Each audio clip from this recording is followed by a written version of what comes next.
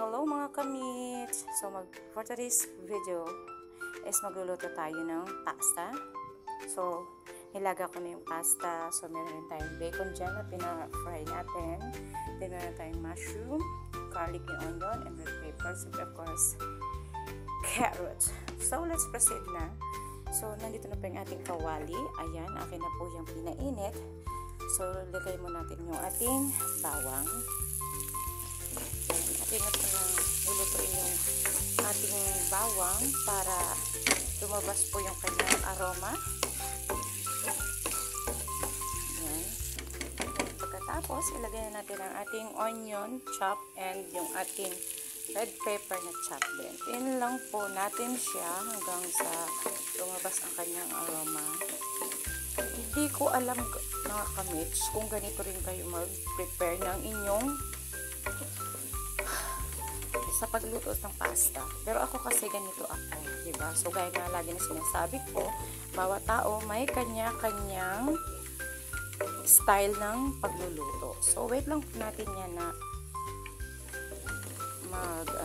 lumabas yung kanyang aroma, magpula-pula ng konti. Ayan. Hintayin lang po natin na talagang pula na siya ng konti. Siyempre, kailangan natin ng butter. Sa palagitan ko po nilagay yung butter para po hindi po siya masunog sa pag-fry ng ating mga sangkap. Ayan. At ilagay na ating onion. So, ilagay na natin ang ating carrots para maluto, haluin, at palutuin lang natin ng konti.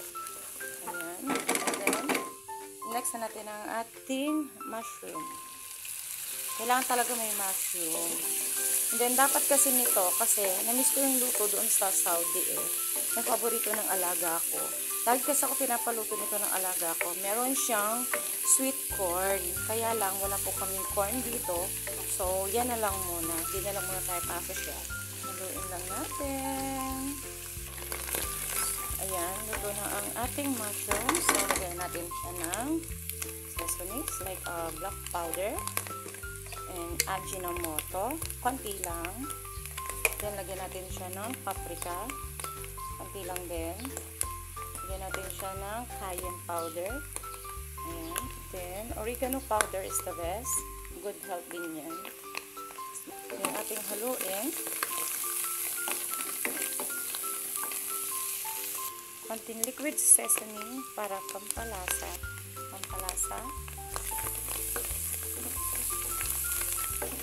Ilagay natin na ng kalahati ng bacon. Haluin. Okay. And then, ilagay na natin ang ating Nestle cream.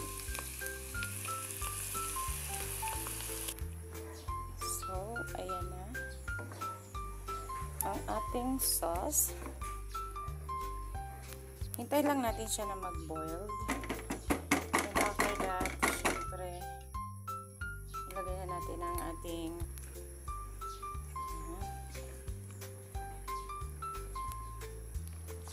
hinayan lang natin ang apoy. Okay. Ilagay na natin ang ating noodles. Syempre, ilagay na natin ang ating noodles. Ayan. So, haluin natin.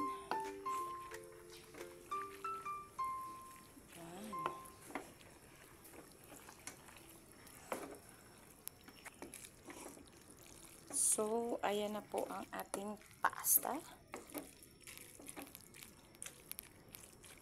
Dapat meron siyang Kraft cheese, kaya lang wala kasi dito. Sa Saudi kasi meron Kraft cheese, no? So, para mas social siya ng konti, lagyan natin siya ng konting parsley. Ayan. Dry parsley. Kasi mas masarap yan. Masarap talaga yung pasta kapag may parsley. Yan. So, ayan na. Ready na po ang ating pasta. So, ready for lunch. So, ayan na po. So, thank you for watching mga kamet and see you on next vlog.